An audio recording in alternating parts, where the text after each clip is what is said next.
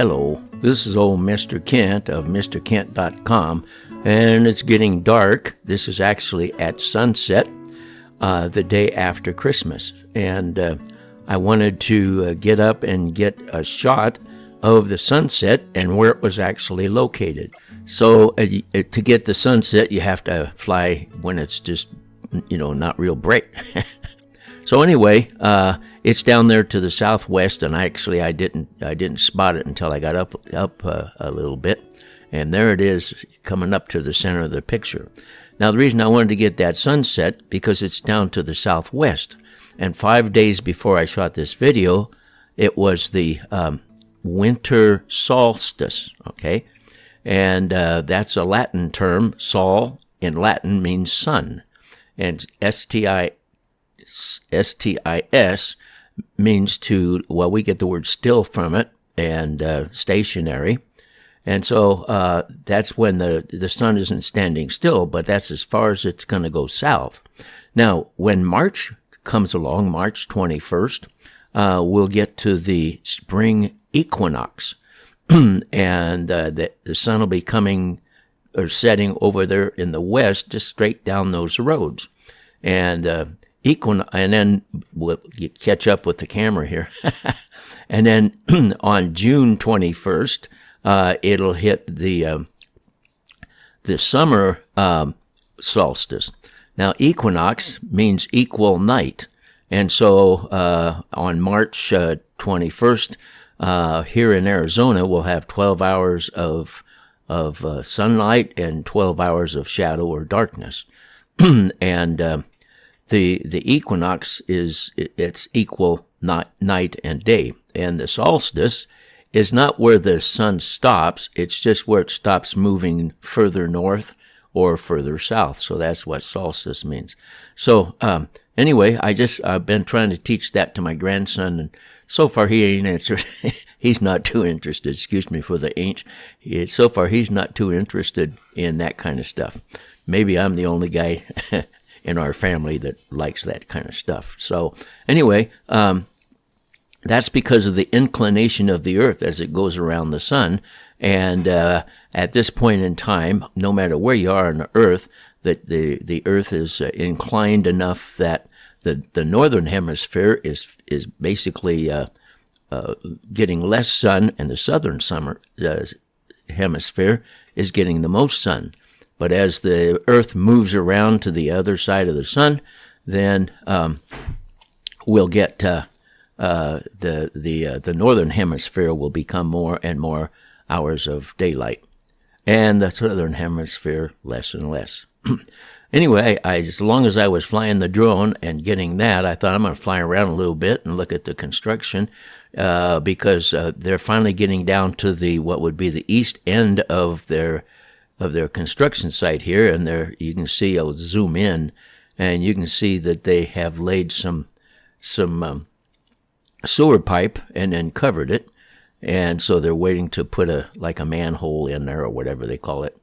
So anyway, while I'm doing this, I thought maybe I would tell you a story. I don't know when it was. It was quite a few years ago that not quite a few, but maybe, 2 or 3 years ago, 4 years ago, that I thought it was Christmas time, and I thought, there were two Josephs in Jesus' life. The first Joseph, of course, was the husband of Mary, and the second Joseph was at the other end of his life on earth, and that was Joseph of Arimathea, as he's called. And they do have some similarities and one glowing difference, which we'll talk about. But it's interesting because they both had to do with the body of Jesus. For instance, in the manger, Joseph the carpenter laid Jesus in a manger, and that's in Luke chapter 2, verse 7. And Joseph of Arimathea laid Jesus in a tomb, his own tomb, and you can find a reference to that in Matthew 27, verse 60. So that was one of the first things that they had in common. Also, another thing they had in common was that when Mary when Joseph, her husband, discovered that she was with child, the Bible says that he had to think over what to do, and then an angel in a dream told him that it's okay. So he was willing to bear the shame of being he wasn't wed yet. They were engaged to a woman who was with child.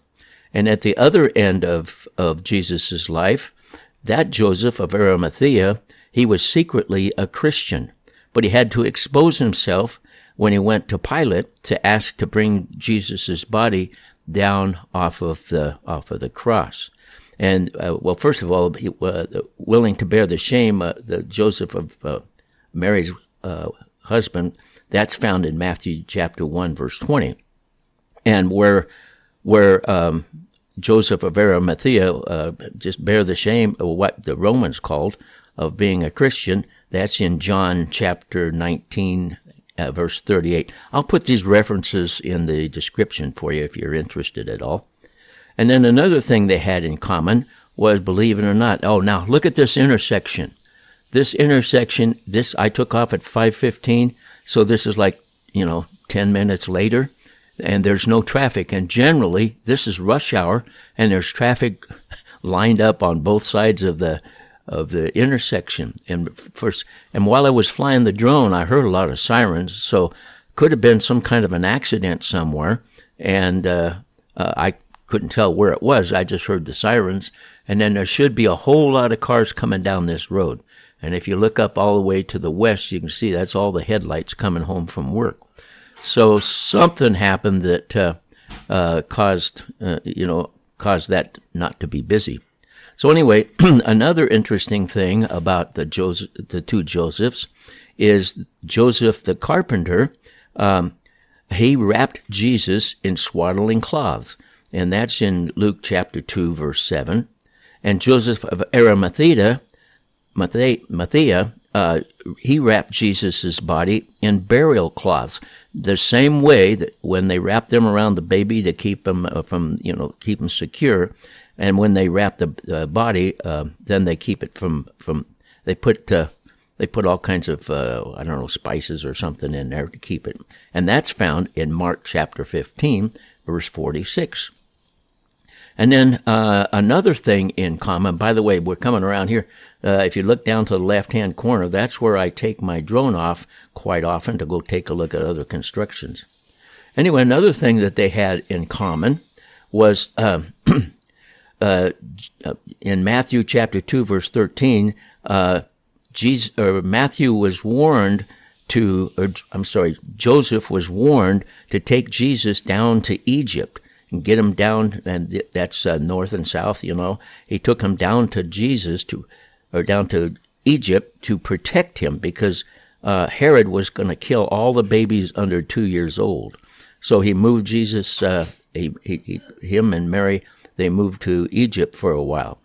And Joseph of Arimathea, he took Jesus down off of the cross. And that was to prevent the same thing, a bodily mutilation by animals and people. And that's in Matthew chapter 27, verse 57. So those are some very, very similar things between the two Josephs. But there's another glaring difference between the two. And that's in Matthew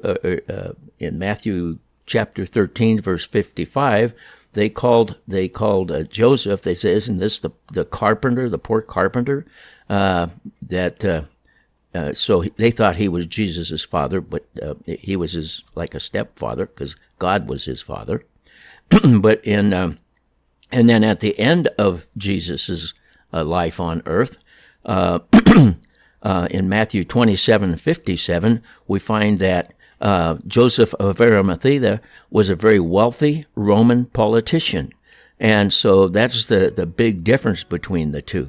Anyway, those are the two Josephs. And I got to thinking about that a couple of years ago and just put these ideas together. Like I say, I'll put them if you're interested, I'll put them in the description. But at Christmas, and then in a couple of months, we'll be celebrating Easter in the month of April. And so maybe we think about that some more then, because that's when we'll hear about Joseph of Arimathea.